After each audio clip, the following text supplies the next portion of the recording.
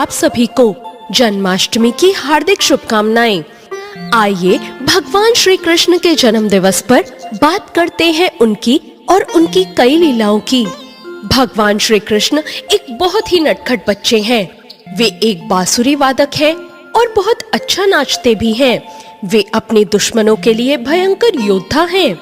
श्री कृष्ण एक ऐसे अवतार हैं जिनसे प्रेम करने वाले हर घर में मौजूद हैं। वे एक चतुर राजनेता और महायोगी भी हैं।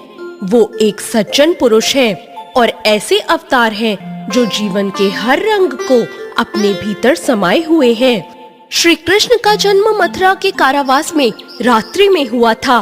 कारावास से निकालकर उनके पिता रातों रात उन्हें गोकुल में नंदराय के यहाँ छोड़ आए थे।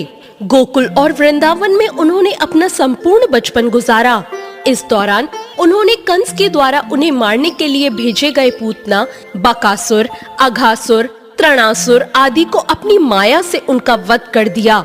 गोकुल और वृंदावन में रहते हुए ही उन्होंने अपनी कई लीलाएं रची। माता यशोदा से जब गोपियों ने उनके मिट्टी खाने की शिकायत की तो यशोदा ने डांटते हुए मुंह खोलने के लिए उन्हें कहा। तब उन्होंने यशोदा माँ को मुंह में पूरा ब्रह्मांड दिखा दिया। यह लीला देखकर वो भयभीत हो गई थी। बचपन में ही एक बार उनको उनकी माता यशोदा ने ओखल से बांध दिया था। तब उन्होंने उनके जाने के बाद उस ओखल को खींचकर आंगन में लगे 2 वृक्षों को उखाड़ दिया। उनमें से 2 देवता निकलकर बालकृष्ण को प्रणाम करते हुए कहने लगे, हम दोनों यक्ष कुबेर के पुत्र नंद कुबेर और मणिग्रीव हैं। श्राप के कारण वृक्ष बन गए थे और आपकी कृपा से हमारा उद्धार हुआ।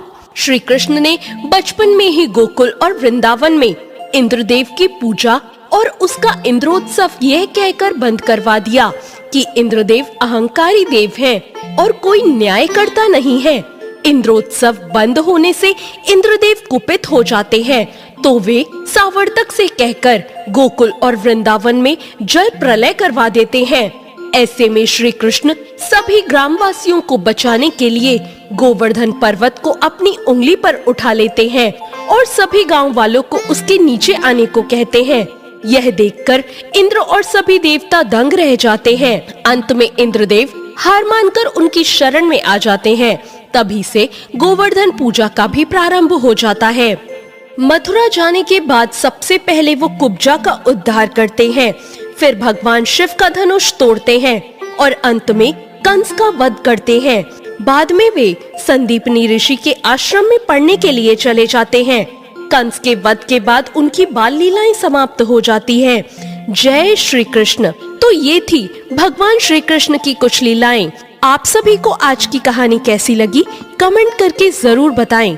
साथ ही भक्ति ज्ञान चैनल को सब्सक्राइब करना ना भूलें। धन्यवाद।